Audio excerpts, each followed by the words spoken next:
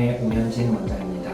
암 환자분들이라면 한 번쯤 항암 치료를 꼭 해야 하는지 고민해 보셨을 텐데요. 항암 치료를 해야 한다고 이야기를 들었을 때 어떤 점들을 고려해야 되는지, 그리고 항암 치료는 왜 하는지, 왜 하지 않는지에 대해서 이야기를 좀 나누는 시간을 가져보려 합니다. 대부분 처음에 암 진단을 받았을 때에는 당장 몸에 느껴지는 이상 징후나 힘든 점들이 없기 때문에 스스로 와닿지도 않고 내가 암이라는 믿음도 들지 않고 암 진단 자체를 받아들이지 못하는 경우도 많습니다. 엊그제인가요? 네, 얼마 전에 저희 병원에 남자 환자분이 한 분 오셨었는데 복부가 팽만감이 있고 식욕부진 그리고 기력이 저하된다고 말씀을 해주셨어요. 근데 최근에 3차 병원에서 암 진단을 받으셨지만 아직 아무 치료를 하지 않고 있으셨고 진단 자체도 거부를 하고 있으신 상황이었습니다. 진단 자체를 거부를 하는 것, 그러니까 조직 검사를 거부를 하는 것이죠. 조직 검사를 거부하는 것은 사실 흔한 케이스는 아니긴 합니다. 하지만 이제 항암 치료를 받지 않을 것이기 때문에 조직 검사를 하지 않는다고 환자분께서는 말씀을 하셨고, 항암 치료를 왜 받지 않겠냐에 대해서 저와 얘기를 조금 더 나누는 과정에서 우리가 왜 항암 치료를 받아야 된다고 이야기를 들었을 때 고민을 하게 되는지를 함께 고민해 볼 시간이 필요하다는 생각이 들었습니다. 먼저 항암을 고민하는 이유입니다. 첫 번째로는 항암 부작용이겠죠. 항암 치료를 처음 시작하는 환자분들이 자주 하시는 질문 중에 하나는 항암 치료 자체가 아프냐는 질문입니다.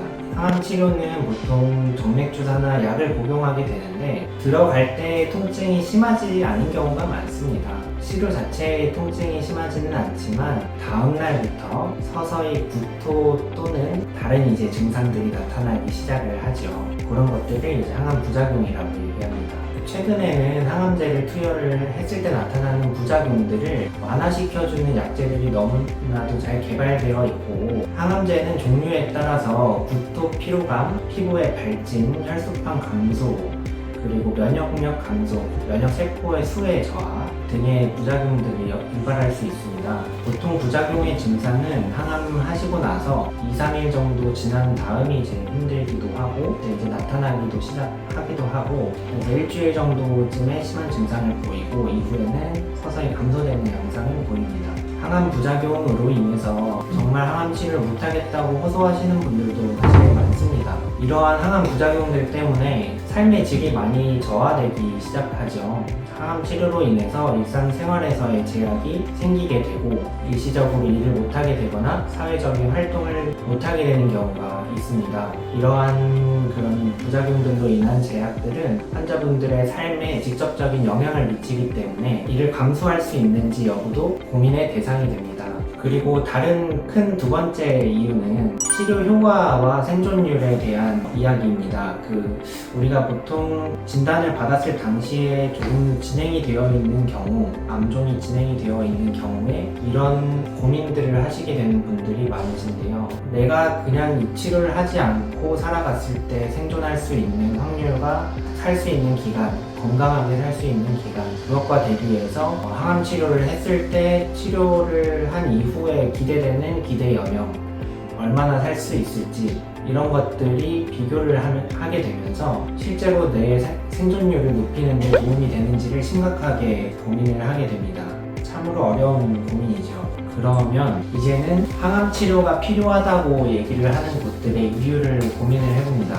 암은 암의 특성 때문에 수술로만 완치가 되지 않고 많은 경우에 암 환자분들이 항암 치료를 병행하게 됩니다.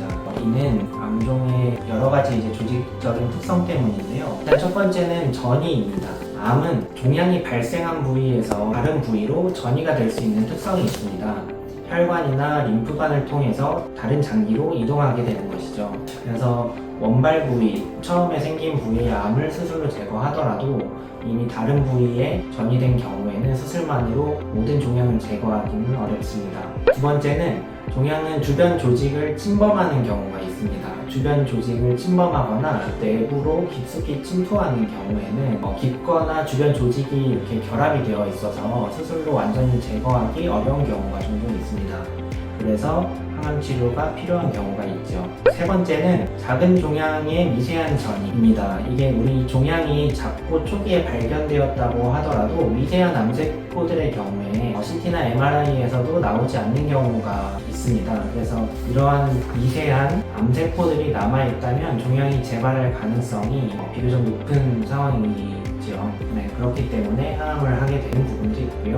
그리고 그래서 많은 부작용들이 따르는데도 항암을 하는 이유에 대해서 생각을 해보죠. 항암 치료를 앞두고 나서 당장은 내가 힘든 것이 더 크게 보이기 때문에 도움이 될 것보다는 내가 고생할 앞날이 더 쉽게 예측되고 하기 때문에 득보다는 실이 더 많구나 라고 생각을 하기 마련입니다. 다시 돌아가서 그 환자분의 이야기로 얘기를 드리면 내가 건강검진을 해서 몸에 안 좋은 이상이 있다는 걸 알게 되고 그 조직검사를 큰 병원에 가서 하라고 권유를 받고 큰 병원에 갔는데 이제 항암 치료가 추후에 필요할 것 같다는 말씀을 듣고 조직검사조차도 시행하지 않고 이제 돌아온 케이스란 말이죠. 근데 그런 케이스라고 하면은 내가 선택을 할 때 내 몸에 대해서 결정권을 가지고 선택을 할 때 내가 알고 있는 나의 몸에 대한 정보가 너무 적습니다.